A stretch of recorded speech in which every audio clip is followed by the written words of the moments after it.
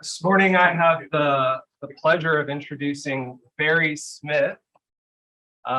He is a distinguished professor in the Julian Park Chair in the Department of Philosophy at the University of Buffalo.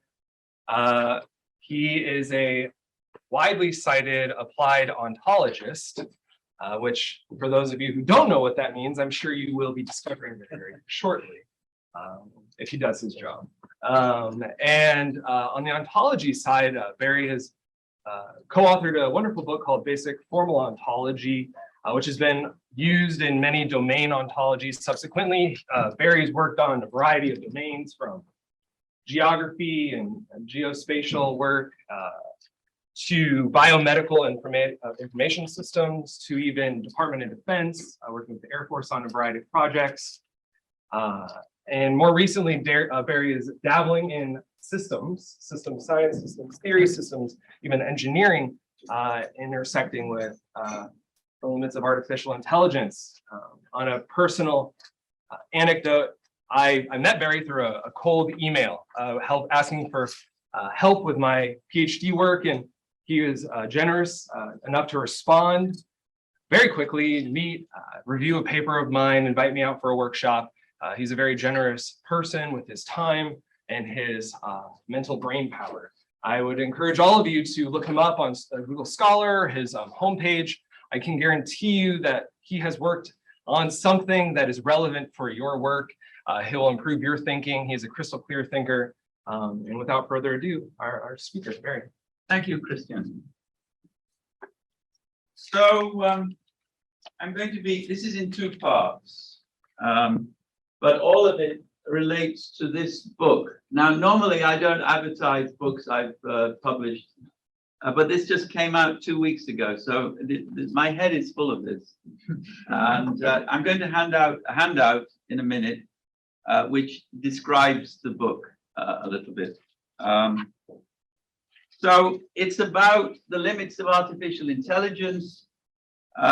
It was co-authored with a German collaborator of mine who for some 15 years has been working in AI. He founded an AI company. He was for a time the head of AI at Allianz Insurance, which is the world's 4th largest insurance company. Before that, he worked in medical consulting. Before that, he was in an Alzheimer's bioinformatics institute. And he also has a degree in mathematics. He practiced for a time as an MD. So he's a Renaissance man in a way. And he approached me. He said he needed philosophical help because he was beginning to face limits to what he could do with artificial intelligence in his company. And more importantly, he was beginning to get annoyed by all the people who wanted to do more with artificial intelligence than he was able to do. And he was quite convinced that those things that those other people wanted to do were impossible. So he tried hard to do it himself and failed over and over again. Now, the kind of thing that these other people wanted him to do with his company were to create chatbots. So if you call your bank and you are put through to the bank's answering system, it will almost certainly be a chatbot, and it will almost certainly be disappointing. So unless you have a very simple request, you will press 9 or 0 to get to a human being, because the chatbot doesn't help you. It's not just that it's not friendly, that it just isn't working. Now, AI people have been trying for 50 years to create chatbots that work.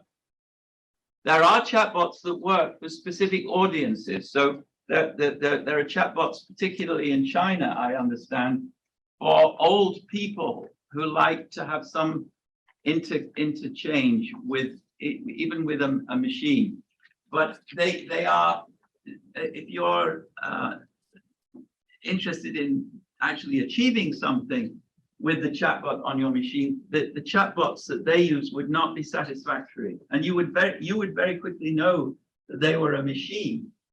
And again, if you wanted them to do something for you, then that there would be a problem. So things which people claim to be able to do with AI are impossible to do. That is the thesis of the book. Now, one of the things which some people claim AI can do, and in fact, Elon Musk thinks that AI will do this. So he thinks that AI will overtake humans in less than 5 years. And then the next step would be that AI would overtake the world and enslave humans, and maybe then extend to the rest of the galaxy, so they would overtake the universe. This is just nonsense. AI systems have nothing like what we have when we talk about our will or our goals or our ideal. AI doesn't have anything like that. And therefore, it doesn't have an evil will. It can't want to take over the universe or enslave humans. The limits to what it can do amazing things. It's much more creative and much more intelligent, for instance, in playing a game like Go than humans are. But the things it can do are always along certain narrow lanes with small numbers of dimensions and very strict rules. Then it can do amazing things.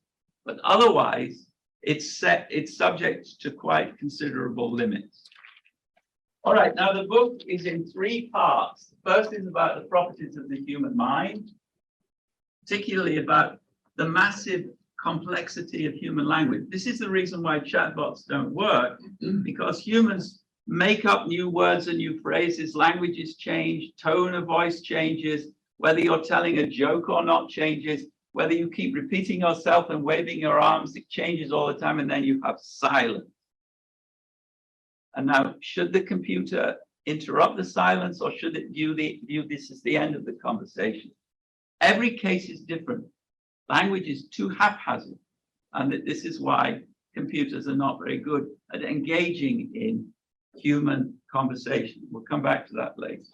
And the middle part, the main part, is about the limits of mathematical models, and primarily in connection with complex systems. And I will spend most of the second half of this course talking about of this lecture, talking about complex systems.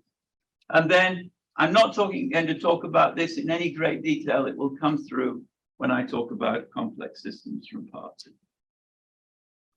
Now, one of the main books about this so-called singularity, when computers will take over the universe, is by Nick Bostrom, and it's called Superintelligence. And are there any philosophers in the room? Well, he's my driver. So Bostrom is a philosopher, but he thinks that AI is going to take over the world because it will become super intelligent, and then AI can do the philosophy and the mathematics in a much better way. And so philosophers who do philosophy today are wasting their time. If they just wait 10 years or however long it takes and let the computers do all the philosophy, they'll do a better job. So what humans should do, what human philosophers should do, is give up philosophy and help Bostrom to avoid the singularity, because he sees the singularity as a ticking time bomb. It's worse than nuclear war. We'll become slaves of computers, and we should do everything we can to avoid this. Okay. So 2 parts: how machine learning works, and then simple and complex systems.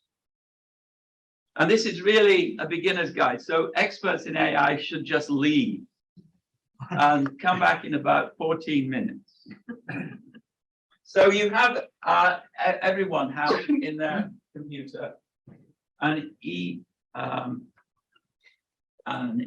email spam filter.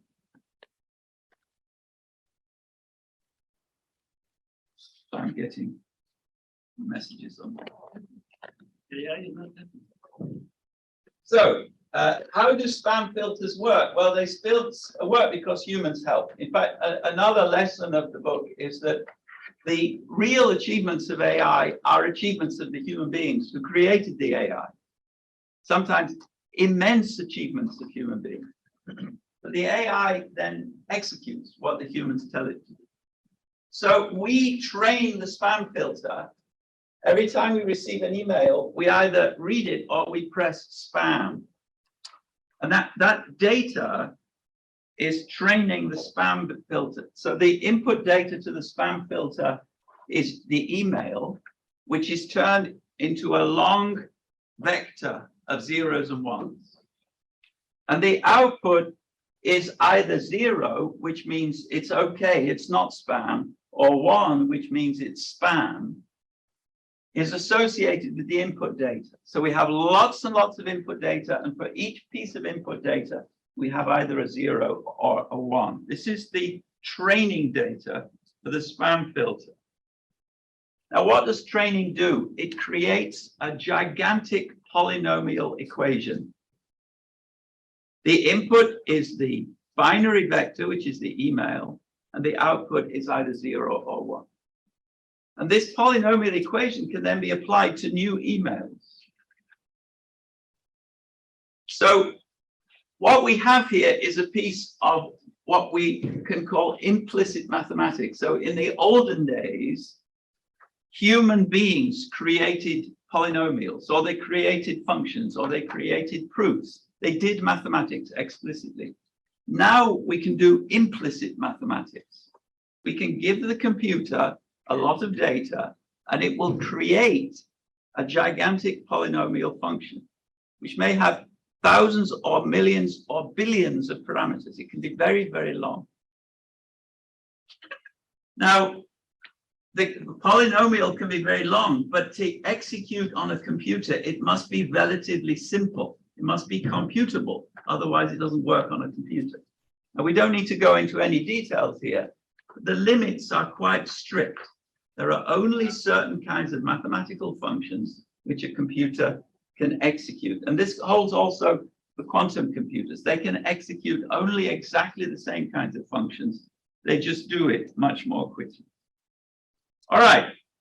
So the neural net which we created, which is equivalent to a gigantic polynomial function, can now classify new emails automatically as spam or not spam. And so we don't see any spam anymore, or we see very little spam. We're happy for a while.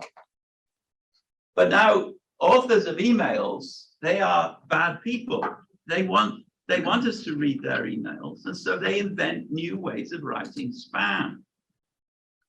And now the old training data is not working for the new emails. Now, this is probably the most important point I'm going to make in the whole talk. For the training data to work, it has to be representative of the entire space. And very soon it won't be representative. Initially, it's representative, but spam evolves. And then the old training data is no good anymore, and we're getting more and more spam again. And so we have to, this will happen very quickly. And the better our original algorithm, the faster it will fail to work, because the authors of spam will be finding ways of cheating it and thereby allowing spam to get through. So we need to start again. We need new training data. So once again, we have a piece of implicit mathematics. A new algorithm is created on the basis of the way we divide up our emails. And that new algorithm will then keep out spam of the new sort, and so on. But again, this will only work for a time. Now, sometimes it doesn't work at all. So if you try and get rich on the stock exchange by collecting a lot of training data, train your algorithm, and then using that to bet with money on the stock exchange, you'll lose. Because very soon, other people, other actors on the stock exchange will realize what you're doing, and they will make your training data unrepresentative, and they will win money from you. So there are only certain areas where this works. So even if it worked for the first few seconds, very quickly they would spot the patterns and it wouldn't work at all. But where do they work? They work where the data has a distribution. This is a bivariate normal distribution, otherwise called a bell curve. There are many other kinds of distributions, multivariate distributions with multiple dimensions. If you have a distribution, you know how to create sample data, which will be representative of the whole distribution. And so you can create a spam filter or an AI system, which will do its job. But if you don't have a distribution, and in most areas of life, you won't have a distribution. You won't, and this is an example, you won't be able to create an AI which works. So this is the key to the limits of AI. You have to have training data which is representative. Otherwise, you can't use the training data to apply to other data in the same space. And the whole point of AI is that you train an algorithm, you train a neural network so that it can be applied to new data. It can only be applied if your training data is representative, and in some domains, there is no representative data because there is no distribution. The weather is one example. All right, I just said that. So we can predict the weather to some degree, but we can't predict it precisely. Not even on the same day will we get precise and accurate predictions. Sometimes we do. We can predict divorce and not divorce. Some people are good at doing that. But again, it's only that there are large error margins. There are some areas where we can't predict it at all. So the oil price, or earthquakes, or winners of lotteries, or Russian tanks crossing into Ukraine. These are things which we can't predict. And again, that's because there is no way of finding representative data. Even if we had 1,000 wars involving Russian tanks, we still wouldn't predict how many Russian tanks would cross the relevant border the next day. So not having enough data is irrelevant. People think that the way to make AI work is just to collect lots and lots of data. But if the data space does not have a distribution, we can't collect representative data, and so the AI will not work. All right, so it works in this tiny area here, and it won't work everywhere else. And there is a limit to where it would work. Now let's look at a success story, Google Translate. Google Translate is fantastic. I think AI is fantastic. The final chapter of the book explains where AI works, and it will continue to work. It's still, if you want a career, AI is still going to be a good career, even if a lot of what people are now claiming about the powers of AI will turn out to be unjustified. So Google Translate, it's a fantastic achievement. We have German speakers over here and English speakers over here. Imagine that this is all English speakers and this is all German speakers. And just for the sake of simplicity, we'll assume that no one can speak both languages. So Google Translate is an algorithm like the spam filter. It starts with data, and the data are German words, German text corpora, which are translated again into binary vectors. So computers only accept binary vectors. They only give out binary vectors, zeros and ones, if you like. And then we have ways of translating those binary vectors back into words, just as we have ways of translating words into binary vectors. So we create a collection of German words translated into binary vectors. We do the same thing for English words. And then we create an algorithm which translates combinations of words in German into combinations of words in English, and of course vice versa, and of course to 100 other languages. The way it does this is not important here, but part of it is by taking texts which exist in both languages, identical content, but in different languages.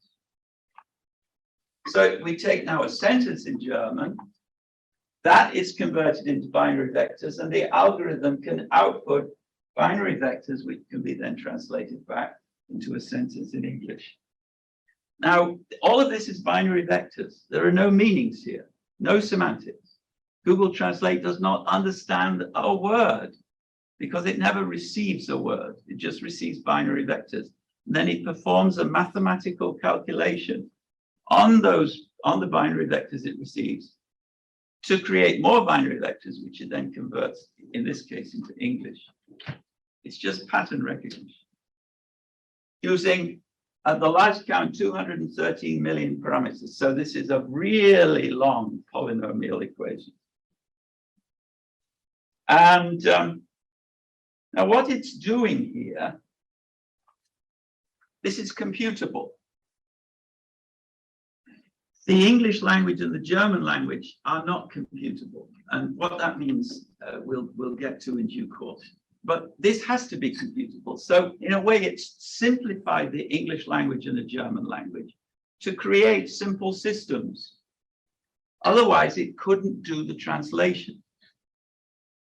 Now, what does that mean? Well, it's that the German and the English language are changing all the time. New words become fashionable, new ways of pronunciation become fashionable, old words, old dialects, old phrases become unfashionable, they're never used. People all the time make mistakes of grammar. There are all kinds of ways in which these languages are changing, they're dynamic. But Google Translate has to create something which is static. So let's just imagine they take all the sentences on a given day used in German and all the sentences on a given day used in English. They create two static lumps of language, and then they create a mapping between them. That's not how it works, but they did something like that. They had to, because they had to create a simple model. Incredibly long polynomial, but it's still simple by virtue of being static. And otherwise, it couldn't execute. It couldn't run on a computer. We have to have some kind of simple system mapped into some other kind of simple system for this to be executed on a computer. Now, it still makes mistakes. And in about 3 seconds, fiddling with Incozy, I found a mistake. So this is a translation of engineered systems may be composed of any or all of the following: people, products, services, and so on. The German translation is pretty good, but it misses out the word of. So when you translate this back into English, you get technical systems, that's it, the German word for engineered systems, can consist of any or all people.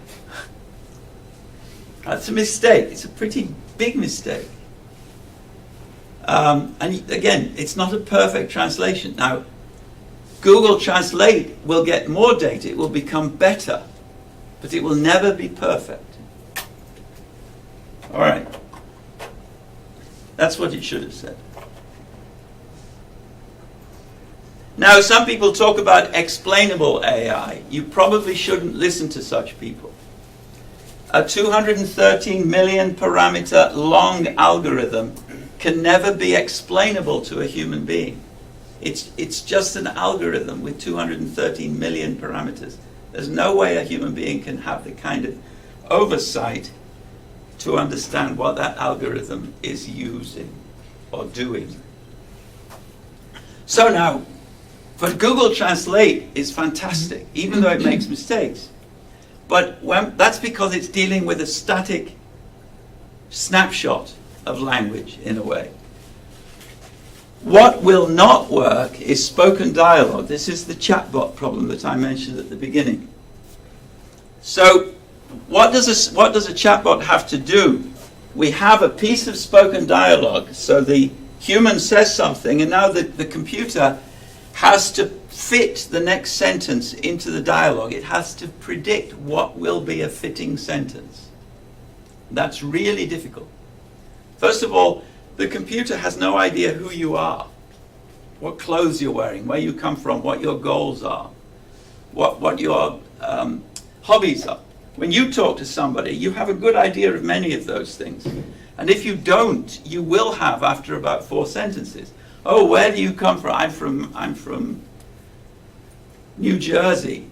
Oh, really? Do you? And so on. So that's the way we talk to people when we don't know them. But we already typically know how they dress. We know how they speak, and so on. Computers know nothing. And so they don't know how to engage in conversation. Let me see if I can kill that. I may make something bad.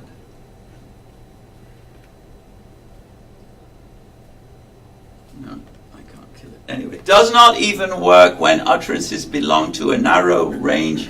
For instance, telephone dialogue with your bank's computer. Even there, it can't really create a fitting next step in the conversation. Now, this is because language generation is a problem of prediction. This is true of translation. Translation, you have an English sentence, you have to predict what would be a good German sentence. They can do that quite well. Google can. But with language generation, what you have to predict is a fitting next sentence in the dialogue. That's a mathematical problem. And in order to work, you would need to know many, many things which a machine cannot know about the person who is making initiating the conversation or making an utterance. So text is relatively easy, and we have lots of explicit training data. We can take all the written English, all the written German that exists in the internet, for instance, and pull it into our system. We get a fantastically huge amount of data. But with spoken conversations, we have very little data. So we have some conversation data in YouTube. And we have a lot from the computer, from the systems engineering department here. But generally speaking, we have very few natural conversations in YouTube. And we have, generally speaking, very few pieces of data about human conversation.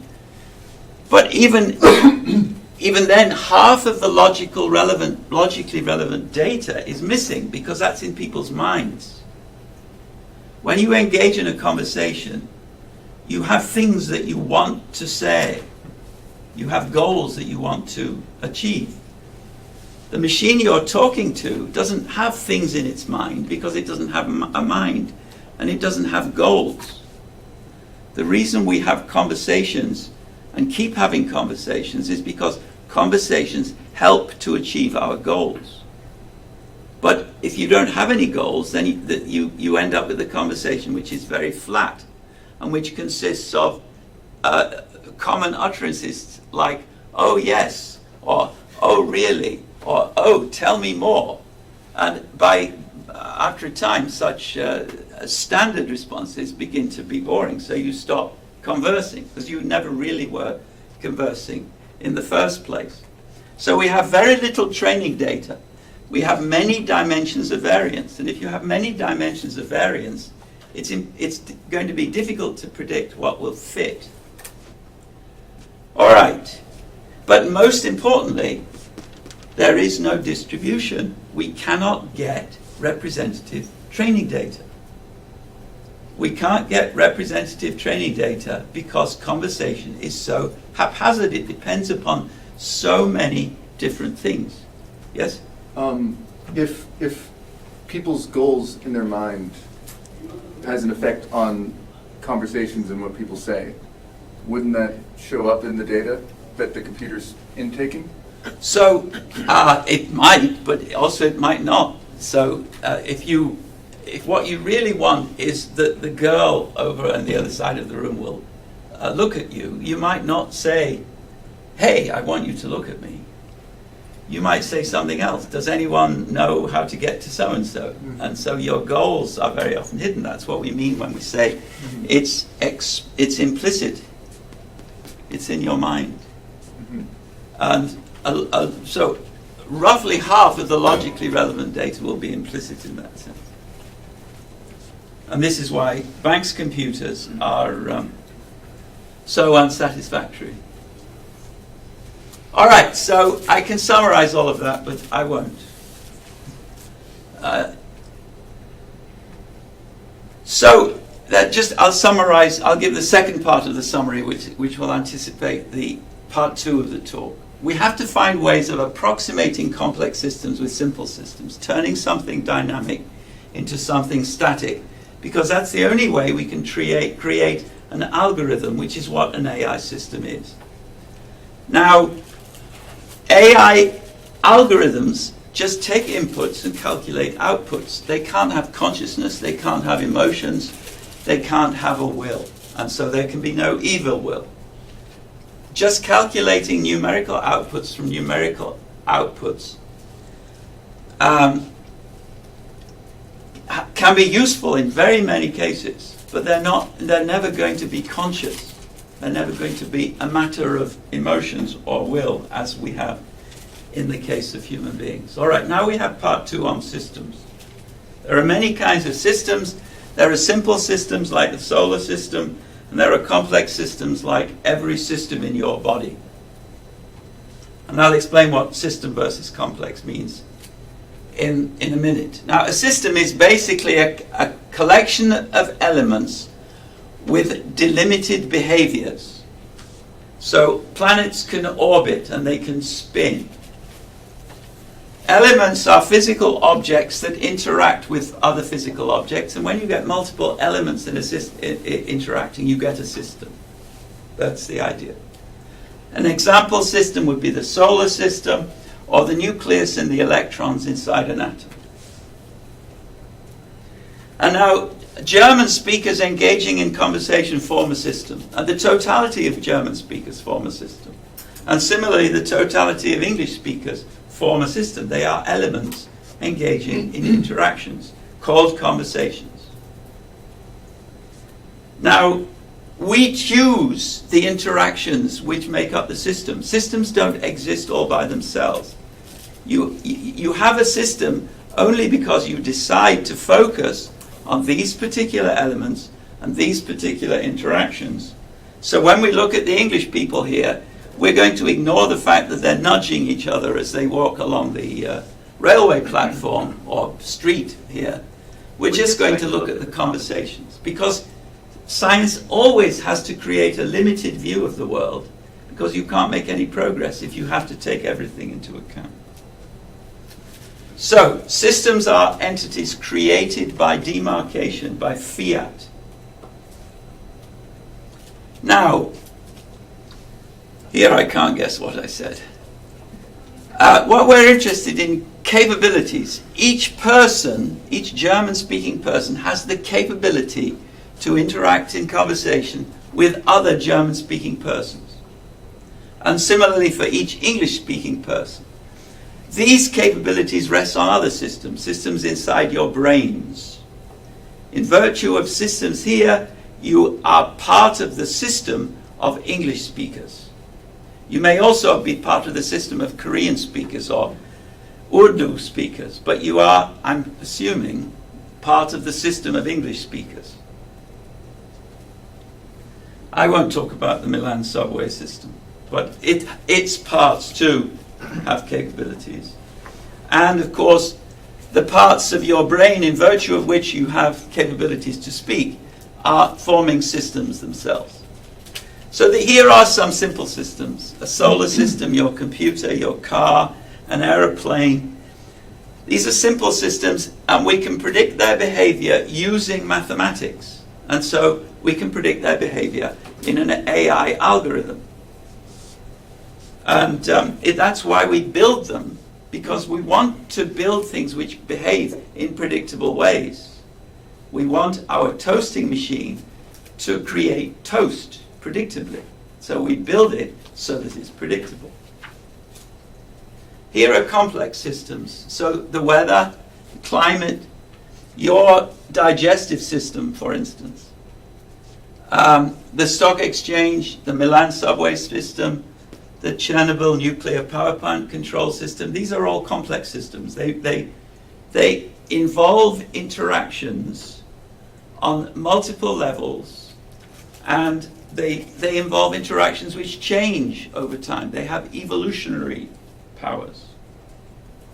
So these are the marks of simple systems. We have a fixed set of element types, the sun and the planets, the atom and the nucleus. We have a fixed set of interaction types. So in the case of the solar system, it's gravity. We have no force overlay. There is only one force involved, it's gravity.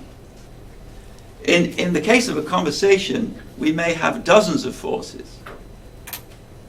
Both sides want to get something. They also want to preserve something.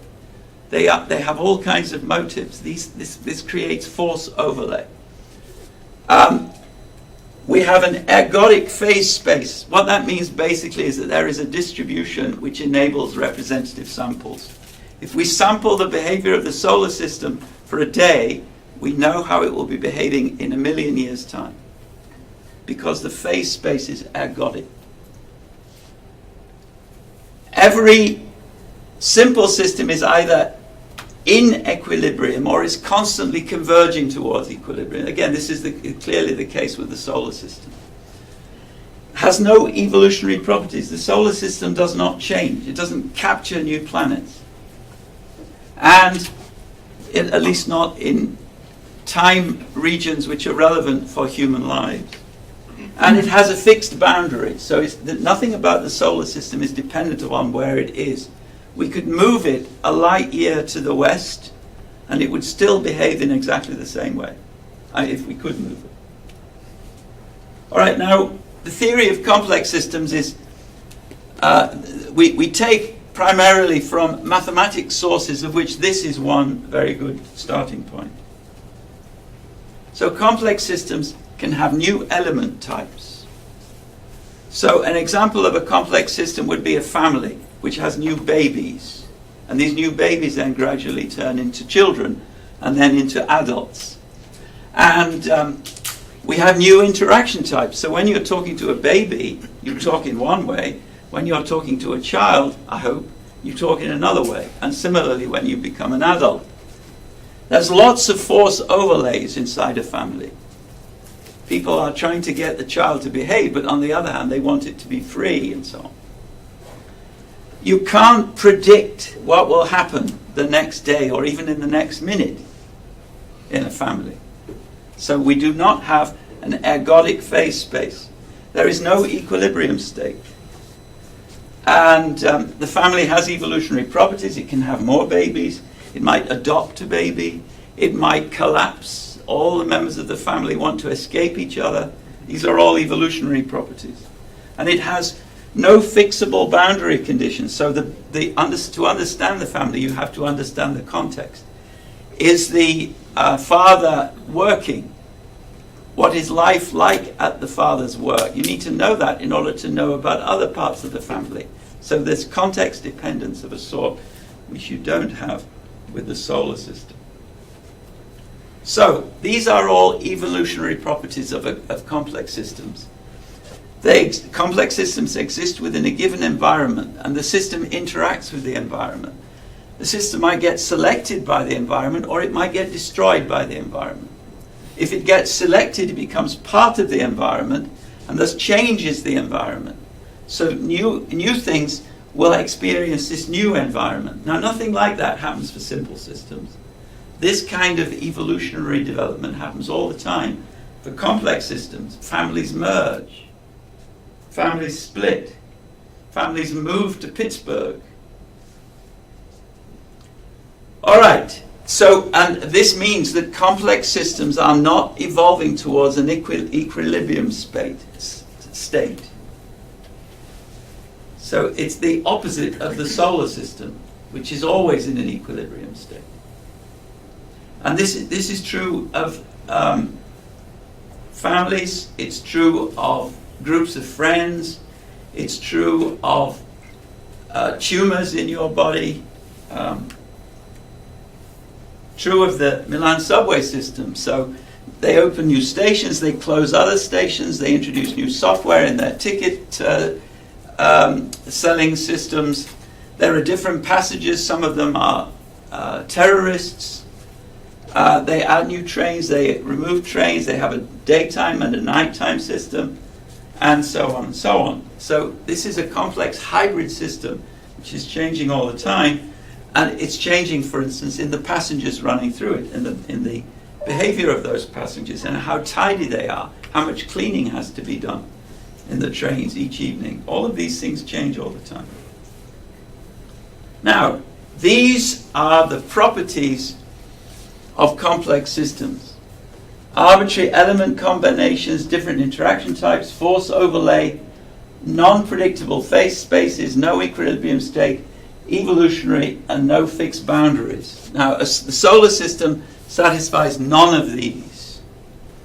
All of these systems satisfy all of them. So a virus, a bacterium, a traffic system, the New York Stock Exchange, the global climate, the human language system, all of you, all of your digestive systems, all of your endocrine systems and so on, they all satisfy all of these criteria. And so the behaviors of all of those things that I just described are not predictable. And therefore they cannot be emulated by an artificial intelligence.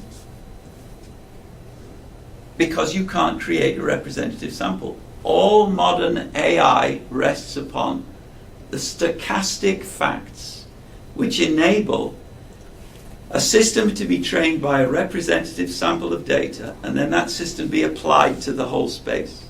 If you don't have ergodic data, you can't have a representative sample, and so AI will not work. Or if it does work, it will work only for a short period of time, and that divergence may be for as long as 2 sentences when you're talking to your bank's chatbot.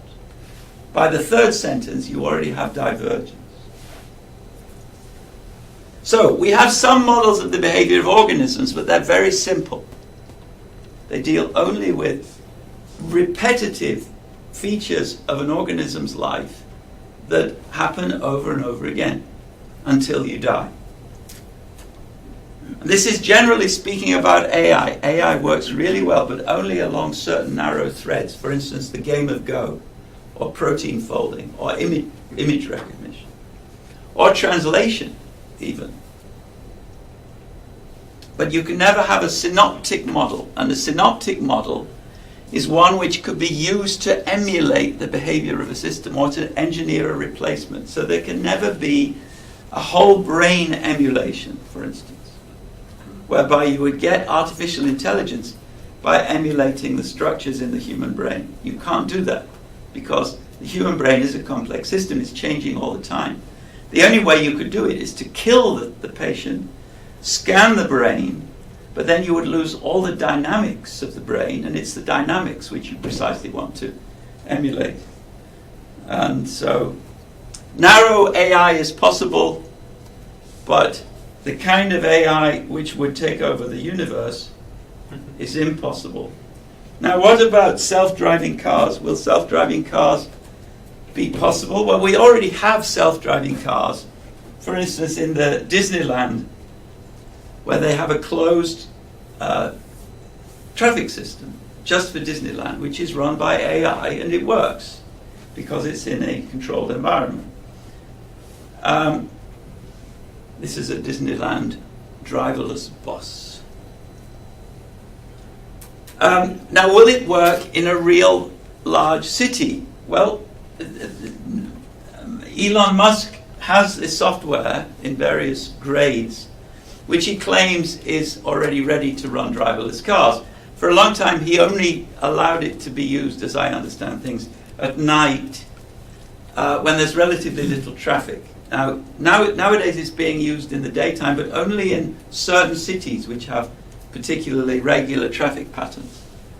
Because to make AI work, you need to find a simple system that is a sufficiently closed match to the complex system that you're trying to model.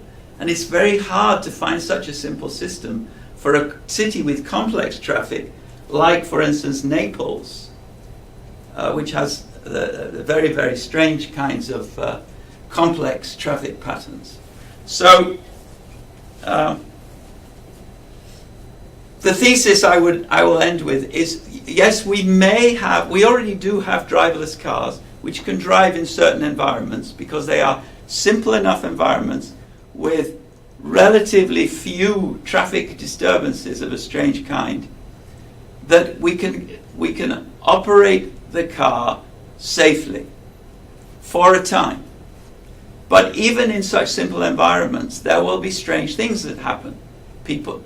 Passengers who are drunk, elks who have escaped from the local forest at night when there is ice on the road. There will always be certain, because this is a complex changing environment, there will always be certain traffic system relevant events which have not been foreseen in the simple system with which the car control system was trained.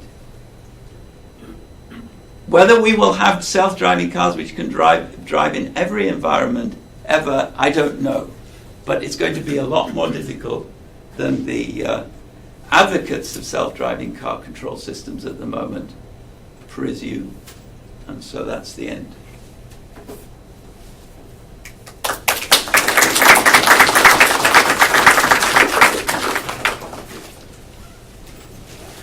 So you have a couple questions there in the chat, and then we have. Okay, I'll deal with the chat. And if anyone needs to leave, I think you can just those. Yeah.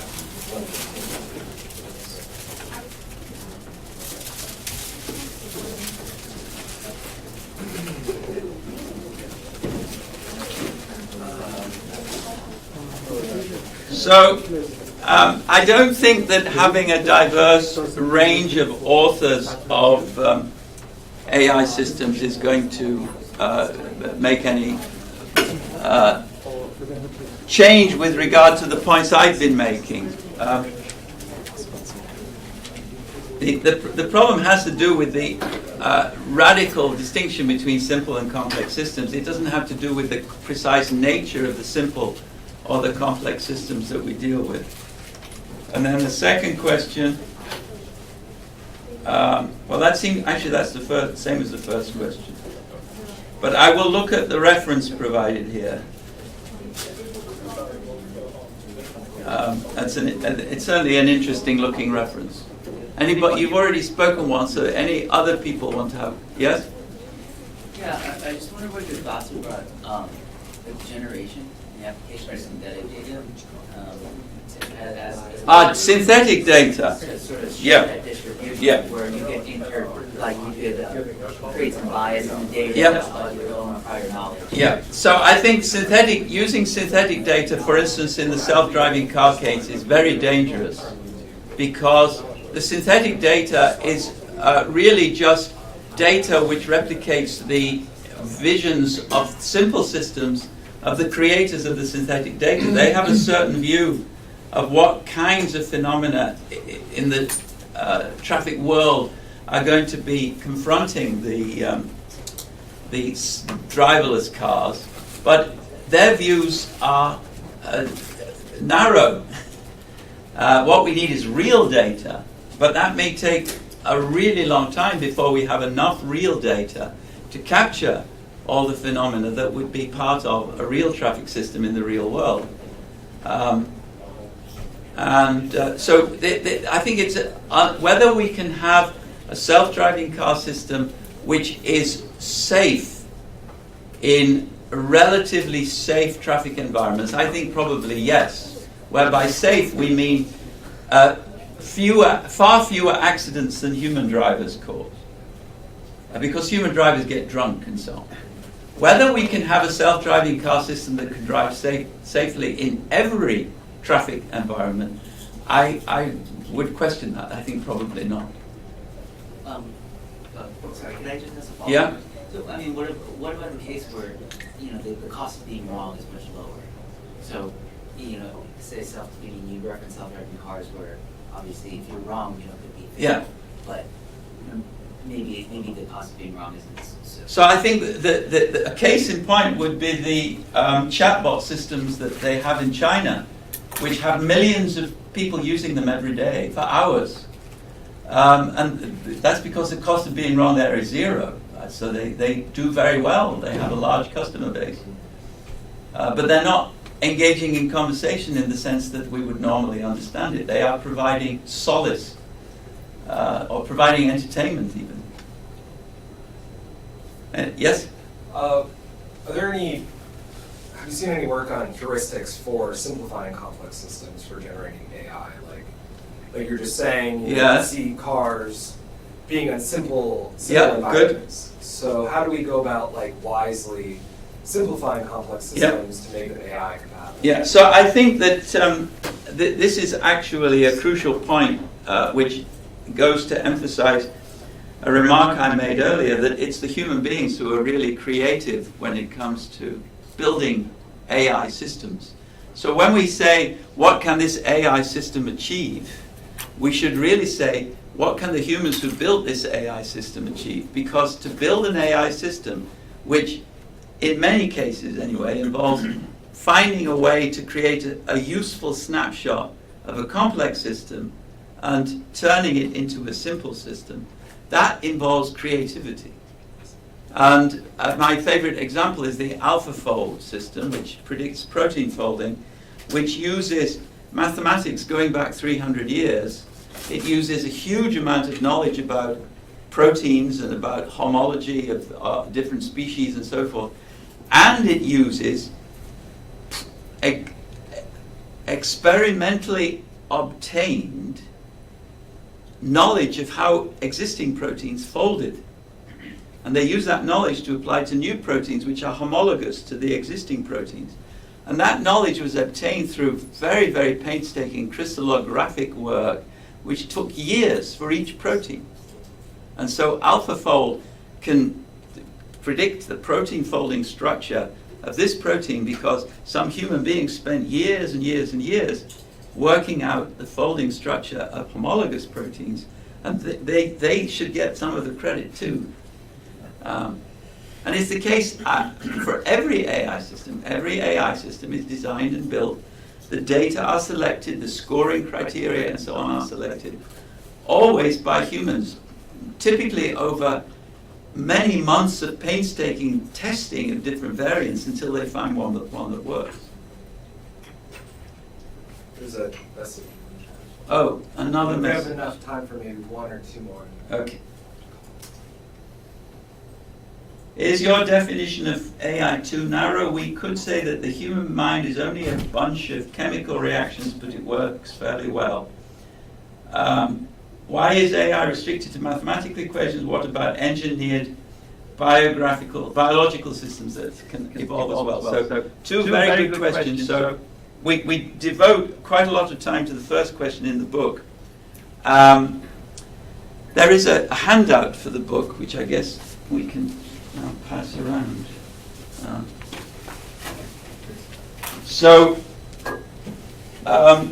The mind is not a bunch of chemicals.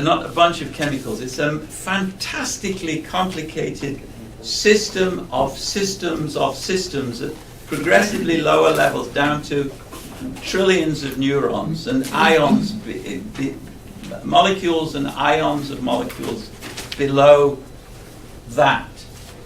And we know very little about how it works. If you look at a textbook of neurology, even a very big textbook, you will find very few equations.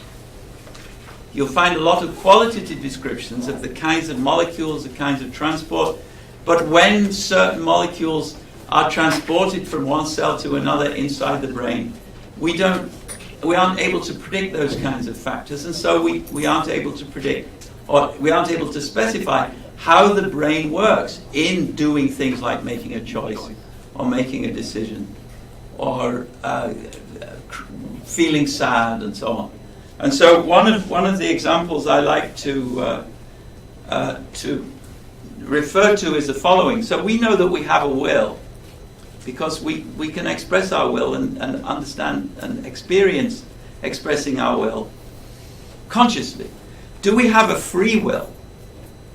We have no idea, because that is a neurological question having to do with the ways molecules work at very, very tiny levels. And so we can't answer that question. Probably we will never be able to answer that question. And then, why is AI restricted to mathematical equations? What about engineered biological systems? Now, there is a field of AI research called artificial life, which is attempting to develop within the computer, even by simulating evolution, the counterpart of a human intelligence. And I think we can safely say that it fell flat. AI life is not anymore an exciting area of research. What about engineering biological systems that can evolve as well? So this is, I think the answer to that question is this. Intelligence is a really complicated phenomenon. So some people say, well, let's try and evolve an intelligent machine by imitating the evolution, and then eventually we'll get intelligence that way. Intelligence is a hard problem. Evolution is much, much harder. To emulate or simulate evolution, we have no idea where to start. Remember, most of evolution is way in the past. We have no models, no samples. We don't know how evolution started, and we don't know the mechanisms which evolution evolves. We know some of them, of course, but we don't know any of them enough to predict how they work. And we need to know that if we're going to engineer biological systems and have them go through a process of evolution. So evolution is not the way to artificial intelligence. Artificial evolution is harder, not easier, than intelligence. Yeah. So, in an example of psychology, if we know it's possible to induce behavior, so AI could induce behavior, and in that way, in the machine-human interaction, affect the humans. Absolutely, in yes. a narrow path that it would be then useful for the AI. Yeah, absolutely. So I think that that kind of interaction between AI and humans, we're already using AI in all kinds of ways in our daily life. That is going to continue, and AI is going to continue to make important positive contributions to human lives, but it will never develop to the point where it will take over from humans. It will never ever develop to the point where it's even equal to humans in general intelligence. Only in certain narrow domains, like playing games, for instance, or driving cars if we're lucky. All right, thanks everyone for joining, and we'll have to round of applause.